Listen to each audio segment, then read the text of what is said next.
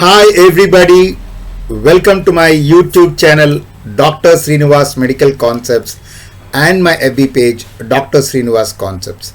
This is Dr. Sreenivas, neurologist from Rajahmundry, Andhra Pradesh, India.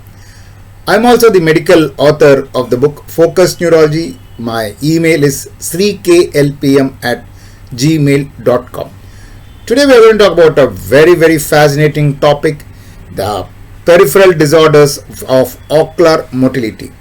The peripheral disorders of ocular motility, cranial nerves part 34, ocular motor nerves part 20. Peripheral disorders of ocular motility.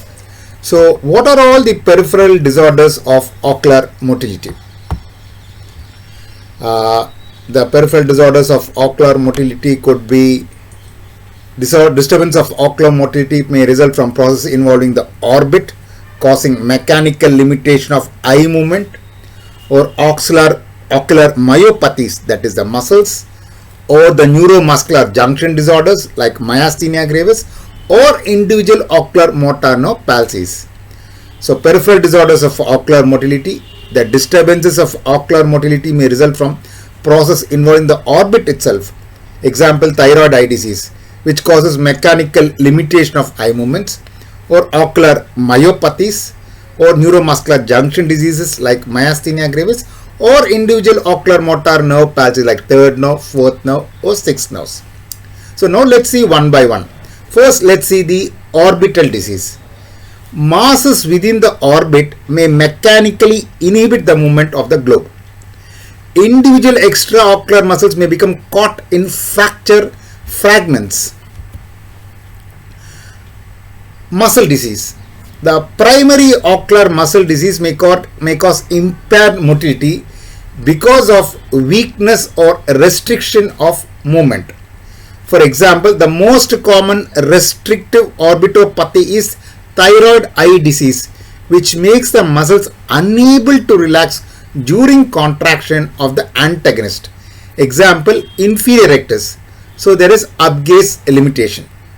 So the most common restrictive orbitopathy is thyroid eye disease, which makes the muscles unable to relax during contraction of the antagonist. Example, inferior rectus, causing upgaze limitation. Weakness of eye closure is strongly suggestive of either ocular myopathy or neuromuscular junction disorder. The neuromuscular junction disorder, myasthenia gravis.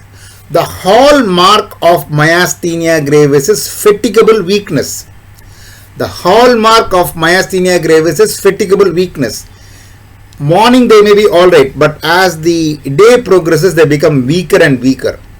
Or classic example is if the person is chewing a hard meat, initially he will be able to chew well, but as the time elapses he will find it difficult to chew the meat. So there is an easy fatigability. So the hallmark of myasthenia gravis is fatigable weakness. Fluctuating ptosis and diplopia and worsening symptoms towards the end of the day are characteristic of myasthenia gravis, neuromuscular junction disorder.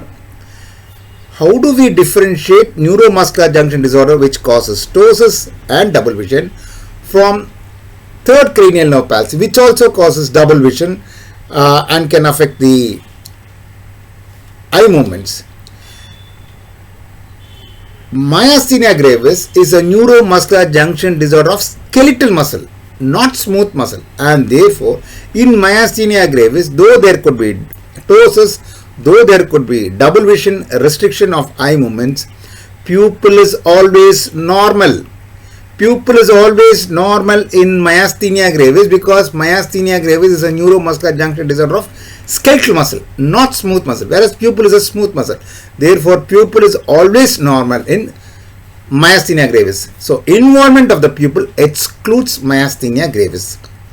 Applying a cold ice pack to the eye may relieve, and hot pack may exacerbate both the ptosis and ophthalmoparesis.